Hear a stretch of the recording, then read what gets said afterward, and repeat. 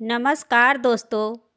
आज मैं कर्मों वाली कहानी को सुना रही हूँ। एक गांव में एक किसान रहता था और उस किसान का एक छोटा सा बच्चा था। जब उस किसान का बच्चा 4 साल का था तब उसके पत्नी का मृत्यु हो गया। फिर किसान के रिश्तेदारों ने कहे कि क्यों न तुम अपना दूसरी शादी को कर लेता, क्योंकि जीवन अभी तो बहुत ही लंबी है।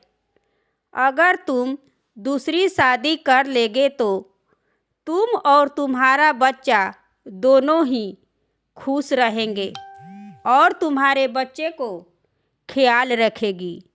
इसके बाद किसान ने सोचा कि ये लोग तो सही कह रहे हैं, मुझे अब अपनी दूसरी शादी को करनी चाहिए। गांव वाले लोगों की बात को किसान ने मान लिया और अपना दूसरी शादी को कर लिया। फिर उस किसान को दूसरी शादी से एक बेटा हुआ। किसान का दूसरी पत्नी का भी बेटा हुआ और कुछ साल के बाद फिर उसकी दूसरी पत्नी का भी मृत्यु हो गया।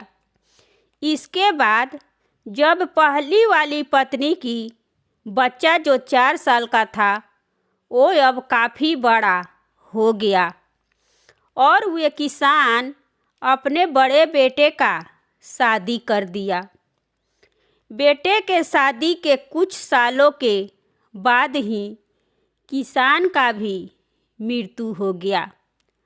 अब बस उसके घर में उसके भैया और भाभी ही बचे थे और उसके सौतेली माँ का जो एक बेटा था वे भी था।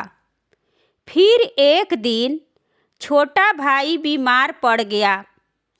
बड़े भाई भाभी उस छोटे भाई को बहुत ही इलाज करवाया, लेकिन वे ठीक नहीं हो रहा था। उसके इलाज में काफ़ी पैसा खर्चा किया। फिर वे दोनों आपस में बैठकर बातचीत कर रहे थे कि अब हम लोग क्या करें।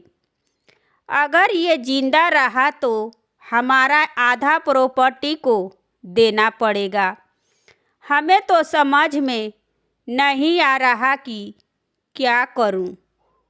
तब उसकी पत्नी ने बोली कि ये तो बीमार है तो बीमारी में कुछ पता नहीं चलेगा।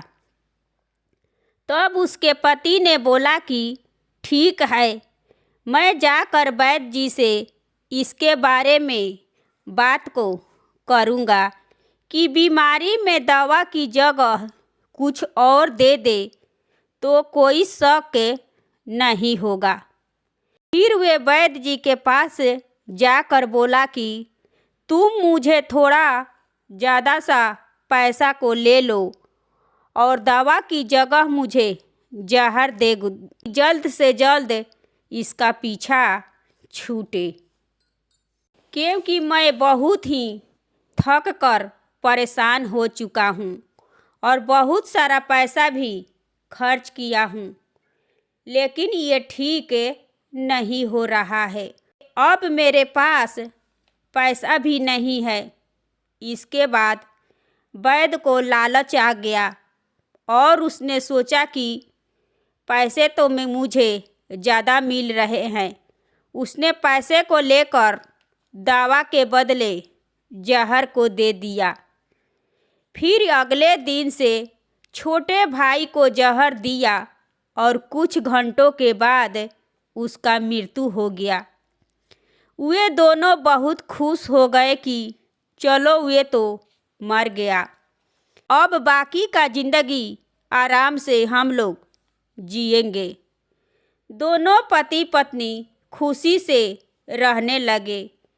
मगर कुछ सालों के बाद उनका भी एक संतान पैदा हुआ और धीरे धीरे वे भी बड़ा हो गया और उसका भी शादी कर दिया। इसके बाद उसका एक बेटा हुआ और वो भी बीमार रहने लगा। उसके पत्नी को भी ये दुख दर्द देखा नहीं जाता और उसके घर में मातम सा छाए रहता। उसका बेटा चरपाई पर लेटा रहता था और उसने अपने बेटे के पास बैठा रहता था। फिर उसने उसका हाथ को पकड़ा और बोला कि भैया, अपना सारा हिसाब हो गया, कफन और लकड़ी का हिसाब बचा, इसके बाद मैं चला जाऊंगा। तब उसने चौंक गया और बोला कि मैं तो तुम्हारा पिता हूँ, भैया नहीं हूँ। तुम्हारा दिमाग तो खराब नहीं हो गया?